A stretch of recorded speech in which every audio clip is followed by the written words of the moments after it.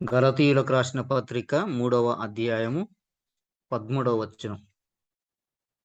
ఆత్మను గూర్చిన వాగ్దానము విశ్వాసం వలన మనకు లభించినట్లు అబ్రహాము పొందిన ఆశీర్వచనం క్రీస్తు యేసు ద్వారా అన్యజనులకు కలుగుటకై క్రీస్తు మన కోసము శాపమై మనలను ధర్మశాస్త్రం యొక్క శాపము నుండి విమోచించెను. దేవుని యొక్క పరిశుద్ధ గ్రంథములో ధ్యానం చేసుకున్న రీతిగా మనం క్రిస్మస్ దినాల్లో మనం కొనసాగుతున్నాము. దేవుడు క్రిస్మస్ ద్వారా మనకు అందించబోతున్నటువంటి గొప్ప సందేశము, ఆత్మీయమైనటువంటి పాఠం ఏమిటంటే, ఈ రోజుల్లో చాలా మట్టుకు క్రిస్మస్ అనగానే మనం చేసుకునేటువంటి ఆడంబరాలు ఎంతో గొప్పగా ఉంటాయి. మనకు కావాల్సినటువంటి వాటిని అన్నిటిని కూడా సమకూర్చుకుంటాం. లేకపోతే మనకు నచ్చినటువంటి వాటిని ఈ పండుగ సందర్భంలో ఎంత డబ్బు అయినా హెచ్చించి మనం ఖర్చు పెట్టి మనం తీసుకొచ్చుకోవడానికి ప్రయత్నం చేస్తూ ఉంటాం. అయితే క్రిస్మస్ అంటేనే కొత్త బట్టలు తెచ్చుకోవడం, పిండి వంటలు చేసుకోవడం ఇవన్నీ అనుకుంటారు. కానీ నిజమైనటువంటి క్రిస్మస్ అంటే ఏంటిదో చాలా మట్టుకు అర్థం చేసుకోలేక, ఆలోచించుకోలేక అనేకమైనటువంటి వ్యర్థమైనటువంటి ఆలోచనలు కలిగి చాలా మంది కొనసాగుతూ ఉంటారు. నిజమైనటువంటి క్రిస్మస్ అంటే ఏంటిదో ఈరోజు మనం ధ్యానం చేసుకుందాం. చదవబడినటువంటి లేఖన భాగంలో పౌలు భక్తుడు చెప్పిన రీతిగా క్రీస్తు మనలో ఏం చేశాడంటే తెలుసా? తండ్రి తన కుమారుల ఎడల ఎంత ప్రేమ చూపుతున్నాడో, తండ్రి తన బిడ్డలకు ఉన్నటువంటి ఆశ ఎలా తీర్చగలుగుతున్నాడో దేవుని వాక్యంలో మనం జ్ఞాపకం చేసుకుంటే ఇక్కడ అంటాడు, విశ్వాసం వలన మనకు లభించినట్లు అబ్రహాము పొందిన ఆశీర్వచనము క్రీస్తు యేసు ద్వారా అన్యజనులకు కలుగుటకై క్రీస్తు మన కోసము శాపమై మనలను ధర్మశాస్త్రం యొక్క శాపము నుండి విమోచించెను అని జ్ఞాపకం చేస్తున్నాడు. మొదట జ్ఞాపకం చేస్తే, అబ్రహాము పొందిన ఆశీర్వచనము క్రీస్తు యేసు ద్వారా మనకు కలుగుటకు. అబ్రహామును దేవుడు ఎలాగైతే ఆశీర్వదించాడో, అబ్రహాము దేవుని మాట ఎంత చక్కగా వినగలిగి దేవుని యొక్క మార్గములో అబ్రహాము నుంచి అనేకమైనటువంటి ఆశీర్వాదాలు పొందుకున్నాడో మనకందరికీ తెలుసు. ఆ విధంగానే దేవుని వాక్యంలో మనం చూస్తే యేసుక్రీస్తు ద్వారా మనకు దేవుడు ఇవ్వాలనుకుంటున్న ఆశీర్వాదాలు ఏమిటి? ఈ క్రిస్మస్ సందర్భంగా మనం ధ్యానం చేసుకుందాం. మొదట జ్ఞాపకం చేస్తే యోహాను సువార్త మొదటి అధ్యాయం 12వ వచనంలో చూస్తే చక్కటి మాట రాయబడింది. యోహాను సువార్త మొదటి అధ్యాయం 12వ వచనం, తన్ను ఎందరు అంగీకరించారో వారికి అందరికీ, అనగా తన నామమునందు విశ్వాసముంచిన వారికి దేవుని పిల్లలగుటకు ఆయన అధికారము అనుగ్రహించనని జ్ఞాపకం చేస్తున్నాడు. మొదటి ఆశీర్వాదము ఏమిటంటే, దేవునిని ఎవరైతే అంగీకరిస్తారో, దేవుని యందు ఎవరైతే విశ్వాసం కలిగి ఉంటారో, దేవుని ఎవరైతే నిజమైనటువంటి నమ్మకంతో దేవునిని ఆరాధించి గణపరుస్తారో అట్టి వారికి దేవుడిచ్చినటువంటి ఆశీర్వాదం ఏంటిదంటే, తన తండ్రి కుమారులుగా మనలను చేయుటకు ఆయన వచ్చినట్లుగా మనం చూస్తాం. అంటే మనము తన బిడ్డలుగా, తన సొత్తుగా చేసుకోవడానికి దేవుడి లోకానికి వచ్చాడు. ఎలాగ వచ్చాడో, ఎందుకు వచ్చాడంటే మనకు తెలుసు.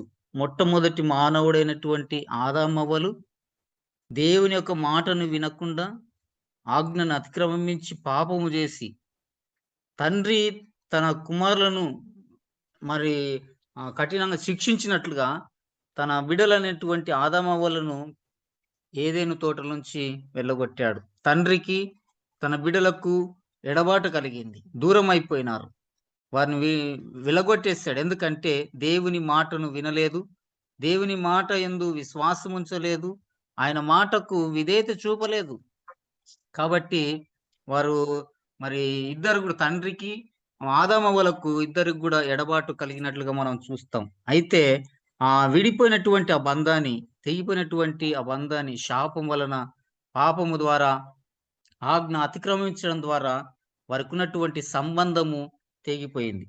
తెగిపోయిన దానిని దేవుడు ఏం చేశాడంటే, తన కుమారుడైనటువంటి క్రీస్తు ద్వారా తిరిగి తన తండ్రి కుమారులుగా మనల్ని చేయుటకు ఆయన ఈ లోకంలోనికి వచ్చాడు. ఎందుకంటే పాపము మనల్ని తండ్రి దగ్గరికి తీసుకుని పోలేదు. పాపము తండ్రి దగ్గరికి మనల్ని చేర్చదు. పాపముతో జీవించినటువంటి వ్యక్తి దేవుడిని చూడలేడు, తండ్రిని చూడలేడు. కాబట్టే ఆహ్, తప్పిపోయిన కుమారుని దగ్గరికి మనం వెళ్లి చూస్తే అక్కడ లూకా సువార్తలో మనకు తెలుసు. ఆయన అనేకమైనటువంటి తప్పులు చేసి, తండ్రి దగ్గర తన ఆస్తినంతా కూడా తీసుకొని వెళ్లి, దూరదేశానికి వెళ్లి, తన ఇష్టానుసారంగా బ్రతికి, ఆ! తన తాగి, తిని, ఎంజాయ్ జేసి, తన బ్రతుకునంతా కూడా పాడు చేసుకున్నాడు. చివరికి తినడానికి తిండి లేని పరిస్థితుల్లో ఆ కుమారుడున్నప్పుడు అప్పుడంటాడు, "బుద్ధి వచ్చినప్పుడు" అంటవాడు. బుద్ధి వచ్చినప్పుడు మరి నా తండ్రి ఇంట్ల అనేకమైనటువంటి పని వాళ్ళున్నారు. వాళ్ళకి సమృద్ధికరమైన భోజనము, మంచి రుచికరమైనటువంటి ఆహారం అక్కడ ఉన్నది. ఎంతోమంది పని వాళ్ళున్నారు. కానీ నేను మాత్రం ఇక్కడ ఆకలితో అలమటించిపోతున్నాను. ఎందుకంటే తండ్రి నుంచి ఎడబాటైనాడు. తండ్రికి దూరమైనాడు. తండ్రి మాటను వినలేదు. తండ్రికి లోబడలేదు. కాబట్టే తన తప్పు వలన నా తండ్రి దగ్గరికి వెళ్లి నేనేమని మొఖం చూపించుకోవాలి? నా తండ్రి దగ్గరికి నేను ఎలాగ వెళ్ళగలను? అని తన మనసులో తను బాధపడినట్లుగా మనం చూస్తాం. అలాగే ఇక్కడ ఆదామవ్వలు చేసినటువంటి పాపము ద్వారా తండ్రికి, వారికి బంధము తెగిపోయినట్లుగా మనకు తెలుసు. మరి అంతేగాకుండా అలాంటి తండ్రి తన తన తన బిడ్డలను దగ్గరికి చేర్చుటకు, మరలా తిరిగి కలుసుకుని జీవితాన్ని కొనసాగించడానికి యేసు ప్రభు ఈ లోకంలోకొచ్చాడు. అయితే 12వ వచనం అంటాడు, తాను ఎందరైతే అంగీకరిస్తారో వారికందరికీ నా నామమందు విశ్వాసముంచిన వారికి దేవుని పిల్లలగుటకు ఆయన అధికారం ఇచ్చెనని జ్ఞాపకం చేస్తున్నాడు. మనం క్రిస్మస్ అంటే ఏంటిదంటే దేవునిని అంగీకరించాలి. దేవుని యందు విశ్వాసం ఉంచాలి. ఆయన నా కొరకు ఈ లోకంలోనికి వచ్చాడు. నేను చేసినటువంటి అతిక్రమములకు బట్టి, నా పాపములను భరించి నా కొరకు ఆయన ఈ లోకంలోనికి వచ్చాడనే సత్యాన్ని గ్రహించి ఎవరైతే అంగీకరిస్తారో, ఎవరైతే విశ్వసిస్తారో వారు దేవుని పిల్లలగుటకు ఆయన అధికారమును అనుగ్రహించినని జ్ఞాపకం చేస్తున్నాడు. రెండవ విషయాన్ని జ్ఞాపకం చేస్తే ఆయన పుట్టినప్పుడు పశువుల తొట్టిలో ఆయనను పెట్టబడిండు. అంటే ఆ దినాల్లో ఆయన ఉండడానికి మరి స్థలం లేకపోయింది. పశువుల తొట్టిలో ఆయనకు స్థలం దొరికింది. ఎక్కడికి వెళ్ళినా, ఏ స్థలములో ఉన్నా ఆయనకు స్థలం లేకపోయింది. మంచి మేడలో, మిద్దెలో లేకపోతే రకరకాలైనటువంటి ఉయ్యాలలో ఆయన జన్మించలేదు. కానీ ఎక్కడ జన్మించాడంటే ఒక పశువుల తొట్టిలో, పశువుల పాకలు జన్మించి ఒక తొట్టిలో ఆయన పరుండుకున్నట్లుగా మనం దేవుని వాక్యాలను చూస్తాం. అయితే ఆయనకు స్థలము లేదు ఆ దినమున. లోకాన్ని రక్షించే రక్షకుడు, పాపముల నుంచి విడిపించే విమోచకుడు, ఆయన పరిశుద్ధుడైనటువంటి దేవుడు ఈ లోకంలో జన్మించినప్పుడు, ఆయన ఈ లోకంలోనికి వచ్చినప్పుడు నిన్ను, నన్ను, మనందరిని కూడా తన తండ్రి దగ్గరికి సమీపస్తులుగా చేయడానికి వచ్చినటువంటి కుమారుడైన క్రీస్తు ఈ లోకంలో జన్మించినప్పుడు ఆయనకు స్థలము లేకపోయింది. కానీ దేవుడు మనకిచ్చినటువంటి ఆశీర్వాదం ఏదో తెలుసా? 23వ కీర్తన 2వ వచనంలో మనం చూస్తాం. 23వ కీర్తన 2వ వచనంలో చూస్తే ఏమంటాడంటే, పచ్చిక గల చోట్లను ఆయన నన్ను పరుండ చేయుచున్నాడు, శాంతికరమైన జలముల యొద్ద నన్ను నడిపించుచున్నాడు అంటాడు. ఆయన పుట్టినప్పుడు ఆయనకు స్థలము లేదు. ఆయనకు పశువుల తొట్టి మాత్రమే స్థలంగా మార్చబడింది. కానీ మనలను దేవుడు పచ్చిక గల చోట్ల పరుండజేయుటకు వచ్చాడు. ఈ రోజుల్లో ఇది గ్రహించలేకపోతున్నాం మనం. ప్రియ దేవుని బిడ్డలారా, ఈ క్రిస్మస్ అంటే నిజంగా ఆయన అన్నీ కోల్పోయి ఏమి లేనివాడుగా ఉండి దేవుడు మనకు అనేకమైనటువంటి ఆశీర్వాదాలు, అనేకమైనటువంటి సంతోషకరమైన జీవితాలను దేవుడు మనకు అనుగ్రహిస్తున్నట్లుగా మనం చూస్తాం. మూడవ విషయం చూస్తే సత్రములో వారికి స్థలము లేదని లూకా సువార్త 2వ అధ్యాయం 7వ వచనం చూస్తాం. సత్రములో వారికి స్థలము లేదు అని. సర్వాధికారి అయినటువంటి దేవుడు, ఆ ప్రభువు తలదాచుకునేందుకు ఈ లోకములో ఆయనకు స్థలము లేకపోయింది. కానీ పరలోకములో విశ్వాసులకు స్థలం ఏర్పాటు చేయుటకు ఆయన వచ్చాడనే సత్యాన్ని గ్రహించాలి మనం. దేవుని వాక్యంలో అంటాడు యోహాను సువార్తలో, నేనుండు స్థలములో మీరు నుండులాగున నేను మరలా వచ్చి స్థలము సిద్ధపరిచి నేను మరలా వస్తాను. వచ్చి నేనుండు స్థలములో మీరు నుండులాగున తీసుకుని వెళ్తానన్నాడు. ఎంత గొప్ప ఆశీర్వాదం ఇది. ఇది మనం గ్రహించలేము చాలా సార్లు. ఈ లోకములోనే, ఈ భూమి మీదనే శాశ్వతం అనుకుని ఆ రకరకాలైనటువంటి డబ్బును హెచ్చించి, ఇష్టం వచ్చినట్టు డబ్బు హెచ్చించి, రకరకాల మేడలు, మిద్దెలు కట్టుకుని మనం జీవిస్తూ ఉన్నాం. కానీ ఇది శాశ్వతమైనది కాదు. ఏది గూడా ఈ లోకంలో స్థిరమైనటువంటిది కాదు. కానీ దేవుడిచ్చినటువంటి ఆశీర్వాదం ఏందో తెలుసా? నేనుండు స్థలములో మీరు ఉండులాగున నేను మరల వచ్చి తీసుకొని వెళ్తానన్నాడు. ఆయన స్థలము సిద్ధపరచడానికి, మన కొరకు ఆయన ఆ స్థలములో ఉంచడానికి ఈ లోకంలోనికి వచ్చాడనే సత్యాన్ని నేను జ్ఞాపకం చేస్తున్నాను.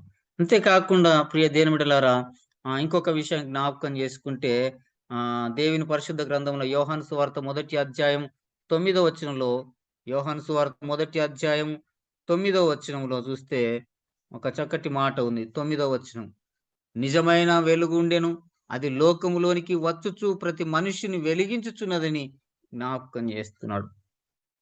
ఈ లోకములో చీకటితో ఉన్నప్పుడు, ఈ లోకమంతా కూడా పాపముతో నింపబడినప్పుడు, దేవుడైనటువంటి యేసు ప్రభువారు ఆయన ఈ లోకములోనికి ఒక వెలుగుగా ఈ లోకంలోనికి వచ్చాడనే సత్యాన్ని జ్ఞాపకం చేస్తున్నాను. ఆయన రాత్రి వేళ పశువుల శాలలో వెలుతురు సరిగలిగినటువంటి ఆ స్థలములలో పుట్టాడు.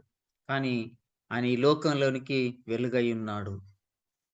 పాపం అనే చీకట్లో నుండి, మరి అంధకరమైనటువంటి చీకట్లో నుండి, భయంకరమైనటువంటి పాప పాప సంబంధమైనటువంటి చీకట్లో నుండి ఆయన మనల్ని ఏం చేశాడంటే వెలుగుగా చేశాడు. నిజమైనటువంటి వెలుగుగా ఈ లోకములో ఆయన వచ్చాడు. కానీ ఆ వెలుగును చాలా మంది గ్రహించలేకపోతున్నారు. ఆ వెలుగును అనేకులు త్రోసివేస్తున్నారు. ఈ రోజుల్లో చీకటిని ఎక్కువగా ప్రేమిస్తున్నారు. అనగా పాపమునే ఎక్కువగా ప్రేమిస్తున్నారు. పాపమునకు ఎక్కువగా అలవాటు పడిపోయినారు.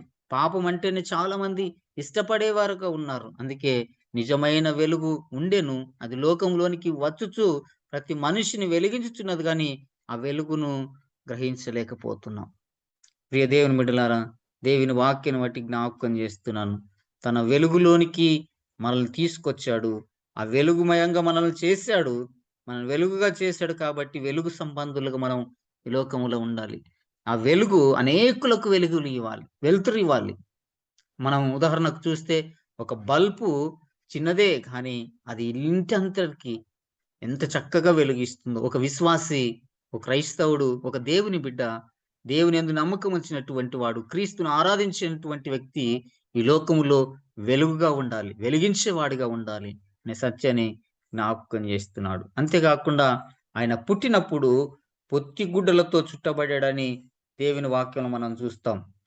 ఆయన పుట్టినప్పుడు పొత్తి గుడ్డలతోటి, చిన్న చిన్న గుడ్డలతోటి ఆయన చుట్టబడి పశువుల తొట్టిలో, ఆ పశువుల పాకలో ఉన్నట్టుగా మనం చూస్తాం. అయితే దేవుని వాక్యంలో జ్ఞాపకం చేస్తాడు, వస్త్రములను, మరి దేవునికి ఆ దినాల్లో మంచి మంచి రాజవస్త్రాలు ఏమి ధరించలేదు. రాజవస్త్రములు, ఆయన రాజు అసలు. కానీ ఆయనకు కావాల్సినటువంటి వస్త్రాలు ఆ దినాల్లో ఏవి కూడా లేకుండా పోయినాయి. కానీ చిన్న పొత్తి గుడ్డలతో ఆయన చుట్టబడి మరి పశువుల తొట్టిలో పడుకునబెట్టినాడు. మనకిచ్చినటువంటి ఆశీర్వాదం ఏందో తెలుసా? 104వ కీర్తన 2వ వచనం అంటాడు, మహాత్యమును ప్రభావమును ధరించున్నావు అని జ్ఞాపకం చేస్తాడు. నీతి ఆనందం అనే వస్త్రములను దేవుడు ధరింపజేయటకు వచ్చాడంట మనకి లోకంలోని. 104:2, మరి అలాగే 104:1లో మనకు రక్షణ వస్త్రమును, నీతి అనే వస్త్రమును, ఆనందమైనటువంటి వస్త్రములను దేవుడు ధరింపజేయటకు ఈ లోకంలోనికి వచ్చాడు. ఆయన వస్త్రము లేనివాడుగా ఉన్నాడు. కానీ దేవుడు మనకు గొప్ప ఆశీర్వాదం ఇచ్చాడంటే తెలుసా? రక్షణ అనే వస్త్రమును దేవుడు మనకిచ్చాడు. నీతి అనే వస్త్రమును దేవుడు మనకిచ్చాడు. ఆనందం అనే వస్త్రములను దేవుడు మనకు ధరింపజేయట కొరకే ఆయన ఈ లోకంలోనికి వచ్చాడనే సత్యాన్ని కూడా గ్రహించాలని జ్ఞాపకం చేస్తున్నాను. క్రిస్మస్ అంటే ప్రియ దేవుని బిడ్డలారా, మనము ఆనందించడం కాదు, లేకపోతే మనం కొత్త బట్టలు తొడుక్కొని పిండి వంటలు చేసుకుని అలంకరించుకోవడం కాదు, కానీ మనం ఈ లోకంలో గొప్ప వస్త్రాలను దేవుడు మనకిచ్చాడు. అలాంటి జీవితంలో మనం కొనసాగాలని జ్ఞాపకం చేస్తున్నాడు. అంతేకాకుండా ఇంకొక మాటను జ్ఞాపకం చేస్తున్నాను ప్రియ దేవుని బిడ్డలారా. అందరూ ఎదురు చూస్తున్నట్లుగా ఆయన రాజభవనంలో జన్మించలేదు. కానీ ఒక వడ్లవాని ఇంటిలో పుట్టాడు. నిజంగా ఆయన మన దేవుని వాక్యంలో మనం చూస్తే యెషయా గ్రంథంలో మనం చూస్తాం. ఆయన సింహాసనం మీద ఉన్నప్పుడు పరిశుద్ధ దూతల సమూహము చేత నిత్యము పరిశుద్ధుడు, పరిశుద్ధుడు, పరిశుద్ధుడని కొనియాడబడుతున్నటువంటి ఆ గొప్ప దేవుడు, ఆశ్చర్యకరుడా అంత అద్భుతమైనటువంటి దేవుడు ఈ లోకములోనికొచ్చినప్పుడు, ఆయన ఈ లోకంలో జన్మించినప్పుడు రాజభవనంలో జన్మించలేదు. కానీ ఒక వడ్లవాని ఇంటిలో పుట్టాడు. ప్రియ దేవుని బిడ్డలారా, 2 కొరింథీ పత్రిక 8వ అధ్యాయం 9వ వచనంలో పౌలు అంటాడు, ఆయన ధనవంతుడయ్యుండియు మీరు తన దారిద్ర్యం వలన ధనవంతులు కావాలనని మీ నిమిత్తము దరిద్రుడాయెను. ఏం చేశాడంటే తెలుసా? నా బిడ్డలు, నా కుమారులు, నా కుమార్తెలు గొప్పవారుగా ఉండాలని, ధనవంతులుగా ఉండాలని, దరిద్రులుగా వారు ఉండకూడదని మనకు దేవుడు అన్నీ ఇచ్చి, సమస్తమునిచ్చి, తన ప్రాణమును బలిగా అర్పించడానికి ఈ లోకంలోనికి వచ్చాడు. ఆయన ఏమి లేని దీనుడుగాను, దరిద్రుడుగాను మారిపోయినాడు. కారణం ఏంటిదంటే మనము గొప్పవారుగా ఉండాలని, మనము ధనవంతులుగా ఉండాలని ఆయన తనకు తాను తగ్గించుకుని, రిక్తుడుగా చేసుకుని ఒక వడ్లవాని ఇంటిలో ఆయన ఈ లోకంలో జన్మించినట్లుగా మనం చూస్తాం. చివరిగా నేను జ్ఞాపకం చేస్తున్నాను ప్రియ దేవుని బిడ్డలారా, ఆయన పశువుల శాలలో మరి ఎంత కంపు ఉంటదో, ఎంత భయంకరమైనటువంటి దుర్వాసన ఉంటదో మనకందరికి తెలుసు. ఆయన పశువుల శాలలో ఆ దుర్గంధం వచ్చే చోట జన్మించాడు. కానీ క్రీస్తు మనలను ప్రేమించి ఎంత గొప్పగా చేశాడంటే దేవుని వాక్యంలో అంటాడు చివరిగా ఎఫెసీయులకు రాసిన పత్రిక 5వ అధ్యాయం, ఎఫెసీయులకు రాసినటువంటి పత్రిక 5వ అధ్యాయం 2వ వచనంలో ఈ విధంగా రాస్తాడు. ఎఫెసీయులకు రాసిన పత్రిక 5వ అధ్యాయం 2వ వచనము, క్రీస్తు మిమ్మును ప్రేమించి పరిమళ వాసనగా ఉండుటకు మన కొరకు తను తాను దేవునికి అర్పణముగాను బలిగాను అప్పగించుకొనెను. అలాగుననే మీరును ప్రేమ కలిగి నడుచుకొనుడి అని జ్ఞాపకం చేస్తున్నాడు. కావున మీరు ప్రియులైన పిల్లల వలె దేవుని పోలి నడుచుకోనండి. ఎందుకు ఆయనను పోలి నడుచుకోవాలి? ఎందుకు ఆయనను అంగీకరించాలి? ఎందుకు ఆయనను నమ్ముకుని విశ్వసించి ముందుకు కొనసాగాలి అంటే మనలను పరిమళ వాసనగా ఉండడానికి. ఆయన దుర్గంధమును భరించాడు. ఆయన ఒక పశువుల శాలలో జన్మించాడు. కంపు వాసన గొంటుతున్నటువంటి ఆ స్థలములలో రాజకుమారుడు జన్మించాడు. కారణం ఎందుకు?